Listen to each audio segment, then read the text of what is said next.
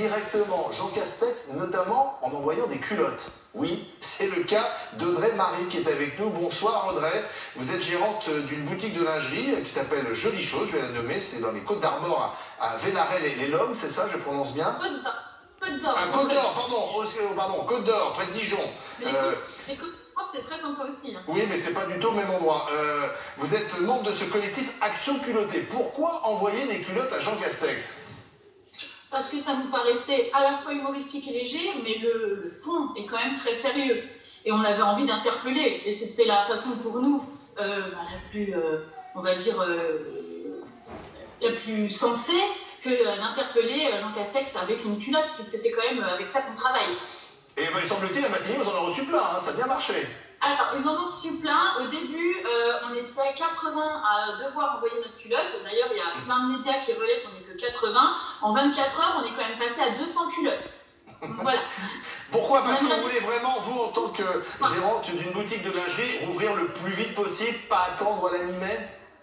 C'est ça. Nous, ce qu'on aimerait, c'est déjà qu'ils comprennent que c'est pas dans nos boutiques que le Covid va s'attraper le plus facilement, parce que déjà on a mis des gestes barrières vraiment en place depuis plusieurs temps, et puis on a un flux clientèle qui n'est pas à la hauteur, par exemple, des grandes surfaces, qui fait qu'on peut vraiment respecter les gestes barrières, et du coup on demande en effet cette ouverture tout début mai, parce qu'on trouve ça légitime qu'on puisse reprendre le travail, et aussi parce qu'on estime que la lingerie est un produit qui n'est pas non essentiel.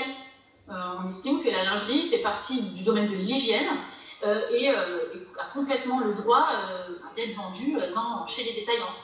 Alors, vous n'avez pas le droit d'en vendre, mais visiblement, à côté de chez vous, dans les grandes surfaces, on peut acheter de la lingerie? Alors, certaines grandes surfaces, justement, ne jouent pas le jeu et, en effet, conservent leur rayon lingerie. Par contre, nous, ce qu'on cherche, ce n'est pas à faire fermer ces rayons. Ce qu'on fait, c'est qu'on nous rouvre, nous, en fait, tout simplement, et qu'on nous laisse travailler au même titre que certaines grandes surfaces qui vont conserver leur rayon. Tout simplement. Ouais. Et le plus vite possible, parce que l'année est compliquée déjà. Qu'est-ce que ça représente comme perte, ce qui se passe pour vous là? Grosso modo, chez tout le monde, sur un an, on a perdu à peu près 30% de notre chiffre d'affaires.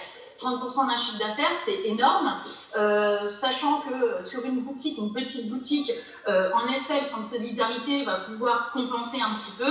Sur des plus grosses boutiques, en fait, le fonds de solidarité ne va pas du tout être suffisant.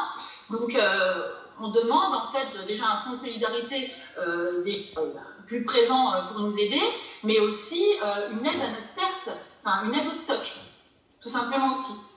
D'accord, bah écoutez, on verra si Jean Castex répond à cet envoi de culottes ce soir à 18h. On attend la réponse avec impatience, en effet. Voilà. Merci Audrey, et bon courage à vous. Ce qui est curieux, c'est que madame a écrit Bahreïn sur l'enveloppe avec un S, c'est-à-dire comme le village où Louis XVI a été arrêté par les